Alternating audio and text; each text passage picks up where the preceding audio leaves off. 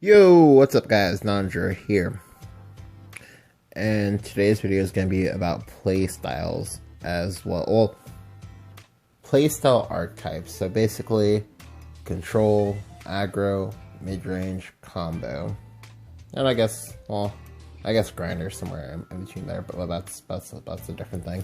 Alright, so a lot of people will play a lot of things. However, for me, not only like recently, but more or less since the beginning of card games, I've seen people like misunderstand some of the archetypes, or maybe make some like disingenuous statements about it.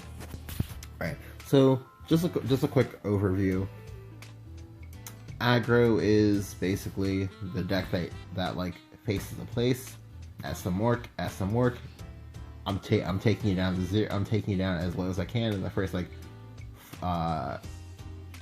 one to 5 turns, and you're going to die. It's the most aggressive out of all the playstyles. Again, hence the name, and generally does not make that many trades, or if they do, it is because they were forced to do so. The next on the list is going to be mid-range. Now, mid-range plays like a mix of both control as well, control at times, question mark, and also like aggro, in the sense that for them, they want to win on board, and they usually make a lot of very, very strong plays that usually build up a board pretty quickly, and just try to get ahead and kill you. Like, however, unlike aggro, most of mid-range's minions will actually be pretty good overall. Like, for example, whereas the aggro might run like multiple. Whereas like aggro might run like as many as, if not more, than like say 6 1-drops. Mid-range is less likely to do that, and mid-range can also scale up and can usually go up to about 6 to 8 PP. But usually it'll just be a few things like that, and not like that much higher. Then you have control. Control is a few different things, but for the most part, control is essentially, if you have 2 cards, but I have 9 cards, I'm winning. And control usually does share a place with combo. However, combo is its own thing. Combo, in the strictest of senses, is about, I assemble a doomsday cannon. If you can't kill me by the time I assemble all the pieces, well, you've died. And so a good example of combo would be stuff like Roach combo or D-shift, in the sense that that when all those pieces are there, you're gonna die, because 3 Roach noises. Like, for example, it's not uncommon to take how much is it? 17 damage minimum from a Roach combo on like turn 10 or something like that. So I'm just going to scroll down to a few comments that I saw recently. Well, not recently, this was actually a while ago, and I've been wanting to make this video for a while. But yeah. Control loses the combo because essentially, control usually stops things that work on the board. They can't actually stop things in your hand for the most part. Granted, there are some games that have exceptions to this rule, but for the most part, you usually can't stop me from building my Doomsday Cannon in my hand and then like unleashing it in one go. Combo loses to aggro. This is also true because for combo, you generally have to run a lot of pieces for your combo for the most part, and you're not going to be as flexible in the usage of your pieces as you would versus other things. Like, for example, it really sucks when you have to use like 2 roaches to clear something as a combo when you're a combo deck, or for example, when you have to use one D shift to not kill someone, but just to try to stabilize your board because you're gonna die if you don't. Like those turns feel really, really bad. Now there's a big thing with with control with every single type of playstyle. Like there's gonna be people who love every single type. There's gonna be people of every single playstyle who love their specific playstyle.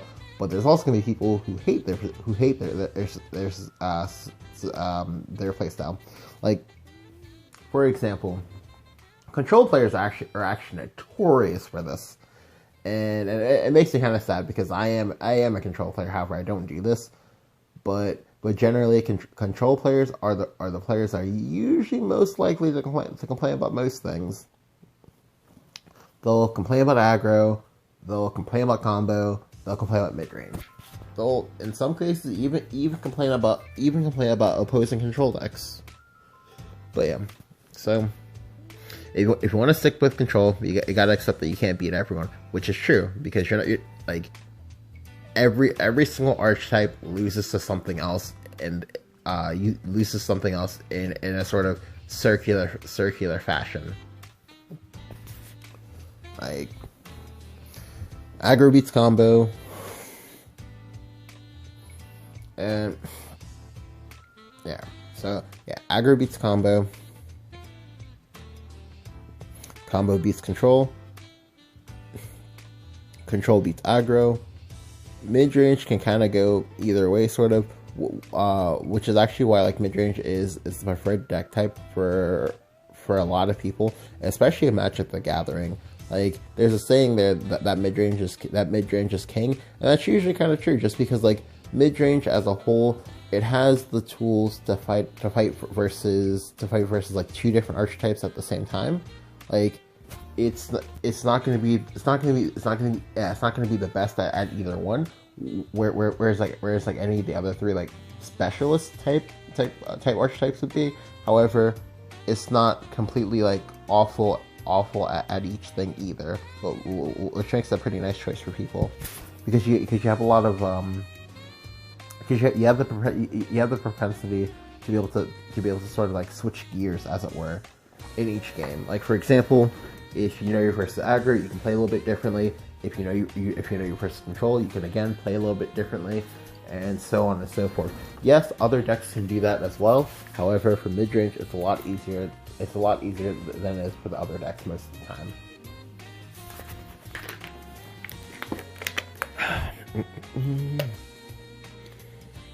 All right. So, a big thing is that a lot of people hate control and a lot of people hate aggro. Now, a lot of people hate control because control in any CCG is usually really expensive, just because you need a lot of legendary type cards, because for the most part that's usually what happens, because you need a lot of raw value in your cards, and usually legendary cards tend to give that to you. Like for example, in this game, you can look at stuff like Ouroboros or Beauty and the Beast or say Hero of Antiquity, and those were all really strong value cards that almost never go 1-for-1 with a card. They usually take either 2 to 3 cards to kill. And as control, you usually win through like sheer value a lot of the times. Well, a combination of sheer value, or most times control. Control and most card games will usually have a finisher of some sort. Like for example, in Yu-Gi-Oh, it usually works as you go off in one turn and then you just kind of win because your opponent can't deal with the creature they have on board because it just never leaves. Like for example, with the Evolsars, you'd have like a Volsar Lage or whatever who just like come on the board on turn 1, and he just straight up told your opponent, well, you can't play cards, and then you would have like 5 back row that also said you can't play cards, and you just can't win, and you just kind of like win like that. In Magic the Gathering, usually a lot of the times when you play control decks, you usually have some kind of like giant like finisher type thing, Like, for example, it's usually planeswalkers. So, for example, Jace Beleren or Liliana, things like that. However, for Shadowverse, since that's the game that we're talking about right now, usually for control decks, you usually either do a mix of some kind of combo win condition. Like, for example, Seraph. Seraph uses a combo like in which you on 8 mana you play the Seraph and then you play your 3 counter activators the turn after, and then you just kind of win. But yeah.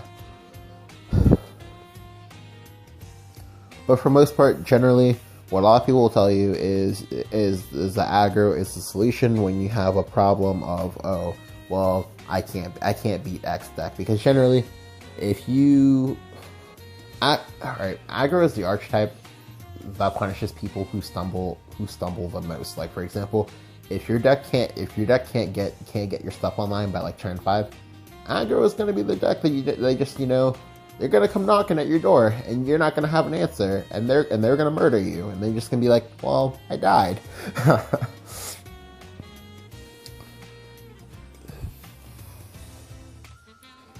However, I think, all right, so for part of this, I don't actually agree with all this, because you said that the entire game revolves around aggro decks.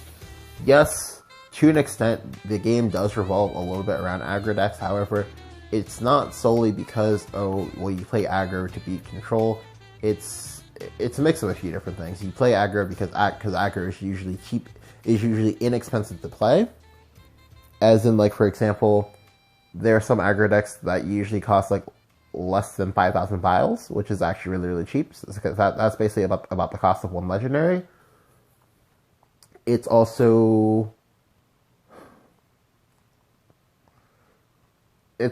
not as difficult to pilot, unless of course you're versus another aggro deck, in which case it then becomes a bit difficult. And generally, you're gonna have much faster games. Like this is a side effect of ladder and the way that ladder works, because like since it's based off points, and since you gain a fixed amount of points per game, you generally want to be able to play a lot of games in a short amount of time. But anyway, I'll keep going. You play aggro because you don't know how to build a deck and have to net deck. This is true as well. Generally, when you don't know what you're doing, a lot of times people are going to go for low-hanging fruit, which is to say whatever seems the easiest to do, and most times that usually just means aggro, just because playing control is difficult in the sense that you can't control what you don't understand. Like, an example, if you there's some control cards that become better and or worse in certain metas. Like, for example, Prince of Darkness, aka Satan. Satan is not a card that you should play. However, Satan was a card that you could play it back in like ROB and whatnot, and that'd be fine. But as a control tool, because that's what Satan is, it's not something that you can play right now, just because it doesn't do anything. Alright. You play aggro because it's simpler to play and requires no skill. Again, aggro to an extent does require skill, because almost any deck in the game requires skill to some extent. Yes, there are going to be turns that kind of play themselves. However, there are also going to be turns that are a little bit murky, even for aggro, and you kind of have to like navigate through that.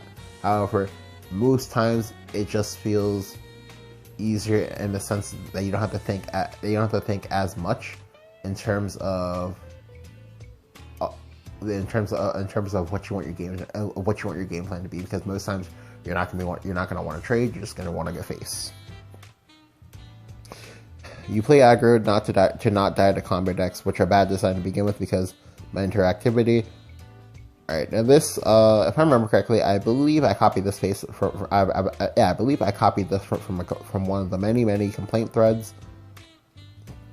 But you never play control to counter aggro decks. You play it because you like it, which is true to an extent.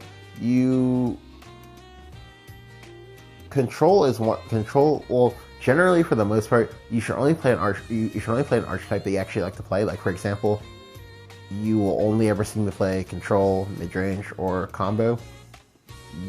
However, and you most likely will almost never see me play aggro, just because it's not something I play. It's just not something. It's not something that I like to play. So.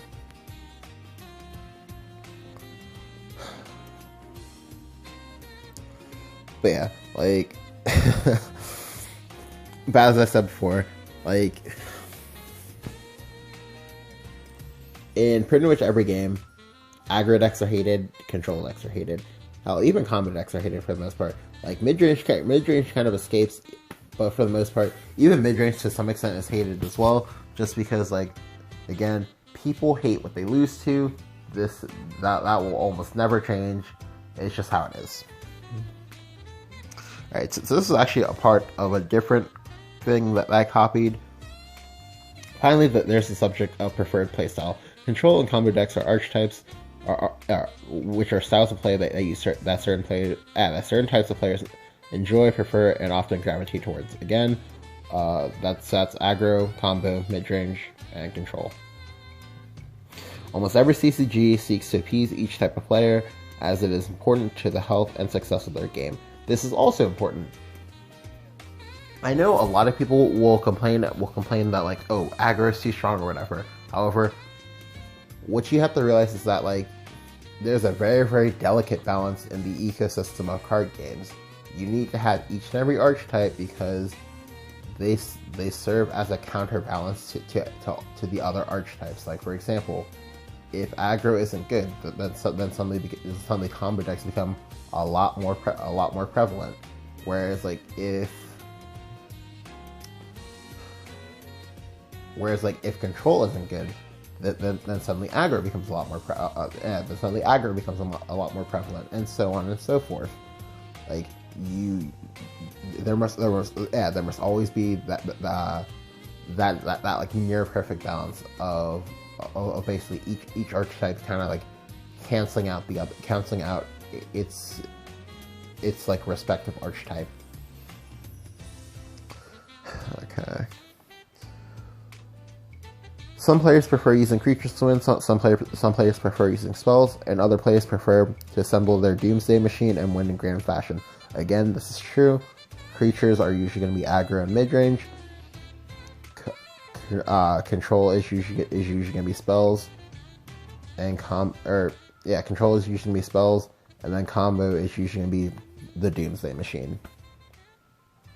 The only problem occurs when a player actively attempts to discredit or have hostility towards a certain archetype. Again, this is also true because it's important to both respect the decks you play versus as well as respect your opponents. However, I will literally see people who will go ahead and be like, aggro takes a skill, control's all bullshit. Or sorry, not control. Combo's all bullshit. Control's just resident sleeper, and then mid range is just boring as fuck and whatnot. And this may be true for you, however, it's not true for the archetype as a whole, because again, your opinions are purely subjective. Like not everyone is going to agree the same way that you do. However, there's a reason why these four archetypes have basically survived the test of time, and why they exist in every single CCG. They may get angry when playing against it, thinking that it's unfair or not fun to play against. Again, this is true as well. Like, the biggest thing that made me want to do this video is because, like, people complain all the time about Ramp Dragon. Like, even now, when Ramp Dragon isn't even that great, people are still complaining about it. Just because they think it feels unfair, they think it feels bullshit, and all that, just because, like, sometimes they lose to it, just because understanding and having respect for the decks you play against also goes hand in hand in understanding, well, how do I beat the decks that I'm against.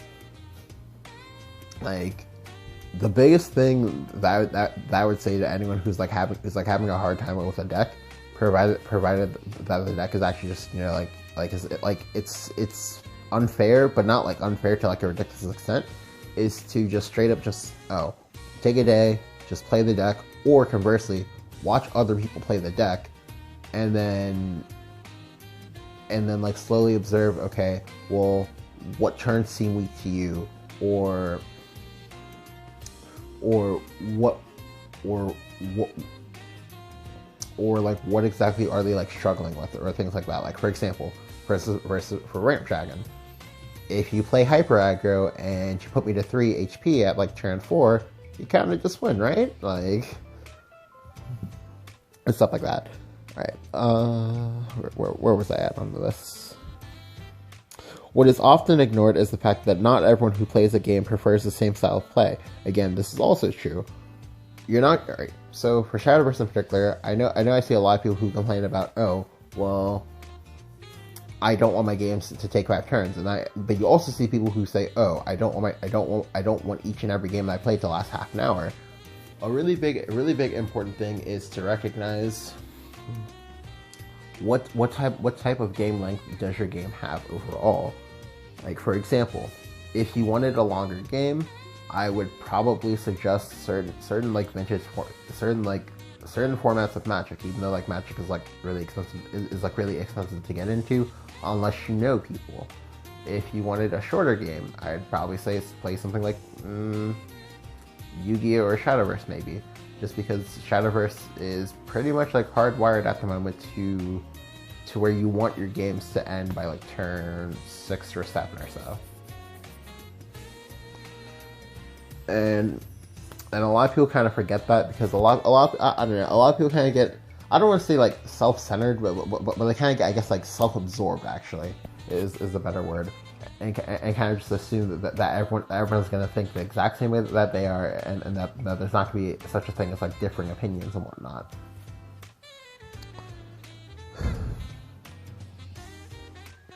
It's easy to forget that what one person finds fun, another person does not. Just because you may like a certain archetype or style of play does not mean that everyone else does. This is very, very true. This does not automatically make the alternative mechanic a poorly designed mechanic, and it does not make it unfair or unbalanced. This is also true. Like, you will almost never see me say that, like, that for example, stuff like Haven is like broken. Like, it's not broken, it's unique in what it does exactly what it's supposed to do, and while I may not like it at times, it's Haven, it's doing what it does. Whereas, like, for example, if say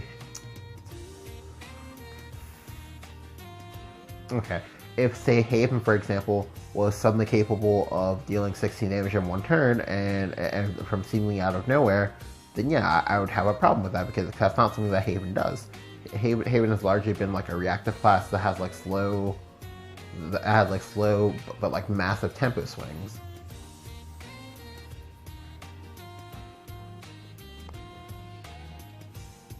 Alright, it simply means that it isn't a design for every player, and not every player is going to enjoy playing it. Again, this is also true. Like, I have a lot of friends who like they don't like playing Ramp Dragon. They pretty much hate it, and that's fine.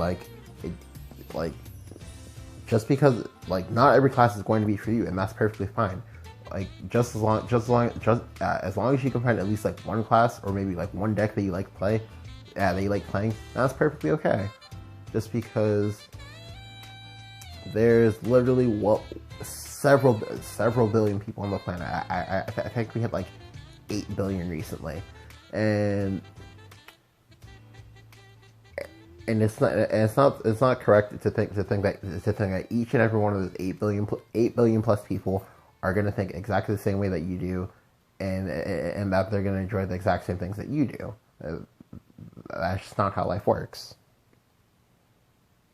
Like, and regarding the dragon thing in particular, if you don't like dragon, that's fine. But like, I'm not going to hate you for it. Like, it's just one of those things that like it just is. Like, for example, like to me, it's the exact same thing as you telling me that, oh, well, I don't like oranges. Okay, well, that's fine. But we just, that's just one of those things I just kind of like jot down in my head, and we just like move on. However, it's different when you tell me, okay, well, I hate Ramp Dragon. The class is so bullshit. It does all this like broken as fuck stuff and whatnot, because every class has that thing that someone even someone who actually plays the class might find bullshit. Like for example, you might find roaches bullshit because it's 3 little roaches and they literally just like one shot you, or you might find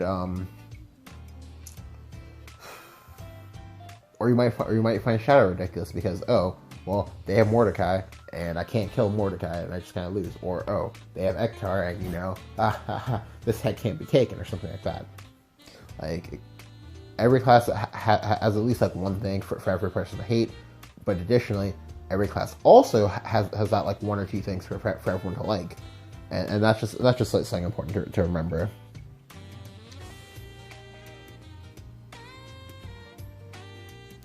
All right. Remember, someone out there does not enjoy the deck that you might enjoy, and it's important to respect their preferences. Again, this is also important, and this kind of goes back to what I was saying. Like when you understand it, when you respect and understand the deck, when you respect the deck and you like acknowledge it, then you have a better time of being able to like pinpoint its weaknesses if you're thinking objectively and not just like subjectively with like a giant like hate boner. You don't have to like it. You don't even have to agree with it. But the fact is, these cards are unlikely to be going anywhere. They are designed for a different kind of player, and in many cases, are the very reason that player enjoys playing this game. Like for example, for me, for Dragon, one of the things that actually made me want to play Dragon in the first place was actually Sahakriel. Sahakriel represents one half of a card of a deck archetype that I've talked about numerous times in the past, called Dragon Rulers, and then Ouroboros is the other half of that effect. And for me, Dragon Rulers were very, very iconic when I played Yu-Gi-Oh! So naturally, it was going to be something that I gravitated to when I played Shadowverse. And I don't think I would say that I wouldn't be playing Shadowverse were it not for the card. However, it is one of the things that made me like want to get more interested in the game.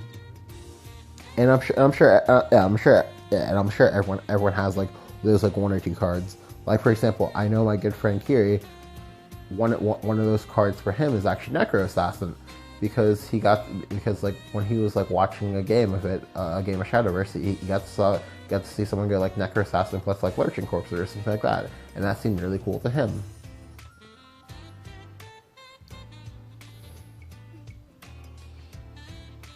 Needlessly attacking their preferences or the cards that represent their chosen style of play is not only pointless, but often underappreciated by this part or group of the player base. Understand that these archetypes are as old as CCGs themselves. So CCGs have been around for almost like 30 years now. So in a lot of cases, these ideas and concepts are older than you. And have been proven time and again to be fair, balanced, even vital for a healthy metagame. Again, this is important because the whole like checks and balances system. And in the rare event that they somehow aren't, feel free to wait for the professionals in charge of their own game to make that decision when the time comes. Again, this is important. A big thing for last expansion was Sybil of the Waterworm. Now, when the card was first revealed, I feel like 90% of the player base is like, this card is trash. Like, what? Like, why the fuck did the Dragon get such a bad card? But I knew, I believed, and of course that later turned out to be, holy shit, Sybil is so broken. What the fuck? Please nerf this bitch. And it's important to remember that when you're asking for nerfs, they have like an actual reason for like wanting to nerf the card, like and not something like that's like ridiculous and that's like fueled by hate, just because like when you're salty about something, you don't think about it in the same way that you would think about it when you're actually like calm. Like for example, last meta, when people wanted Shadow and Dragon nerfs, like people are calling for some of the craziest things to get banned. Like for example, I saw people asking for stuff like Death's Breath to get banned. Death's Breath has been in the game since the start of the game itself. Like I don't think that there's any way that would get banned, because it's important to remember when you're nerfing, when you're trying to like get a card nerfed, that you not nerf a power card. Like for example, what I mean by power card is, I mean like a good card that like stand alone by itself is usually okay. You usually want to nerf the cards that require multiple other cards to be good, because like in the sense that usually when you get that, like usually when you like meet those conditions, the card can become ridiculous. Like for example, a card that actually got nerfed was Shadow Reaper, and that nerf made sense because Shadow Reaper is one of the ways they won the game, and two, it was ridiculously easy to set up double Shadow Reaper on turn 4 and just kind of like snowball your way through a game, because like there's nothing because like dealing with one Shadow Reaper is already hard enough, but dealing with two, knowing full well that after you kill the first one, that they need to go out of your way to be able to kill the second one in the same turn, or you're just gonna take like 20 damage from it, is pretty difficult. And it's just one of those things that feels like frustrating. However, for say something like the aforementioned Death's Breath, I don't think that's gonna be something that you would nerf, just because, well, one, it's been in the game for a while, and it wasn't like a root problem then, whereas, and it's only just maybe like now become a problem, whereas like say for something like Lightning Blast or Zell, those are issues, just because when they get combined with other cards, they become several times stronger than what they would be by themselves. Like for example, Lightning Blast like invalidated a lot of different playstyles that people wanted to play, just because like you didn't have an answer to, oh well, Dragon has Lightning Blast, Bahamut, Zell, Conflag, Breath of Salamander, so almost nothing you play will stick. It doesn't matter if it's amulets, it doesn't matter if it's creatures, just straight up just not gonna stick. And then Zell for the whole Zelloro for 11 damage and most likely an unbreakable board, and then they just kill you with Genesis Dragon the turn afterwards. But yeah, it's just super important to just be, you know, cognizant and respectful of other playstyles. But yeah, hope you guys enjoyed. I think I talked maybe a little bit too much in this video, and this is actually a little bit different than the stuff I do. But yeah, it was a video that I've been wanting to do for a while. But yeah, hope you guys enjoyed. Leave a like if you did. Go ahead and leave me your thoughts down in the comments below, or on Twitter, about what you think about the different playstyles. And even go ahead and tell me which playstyle is your favorite. But yeah, thank you guys for watching.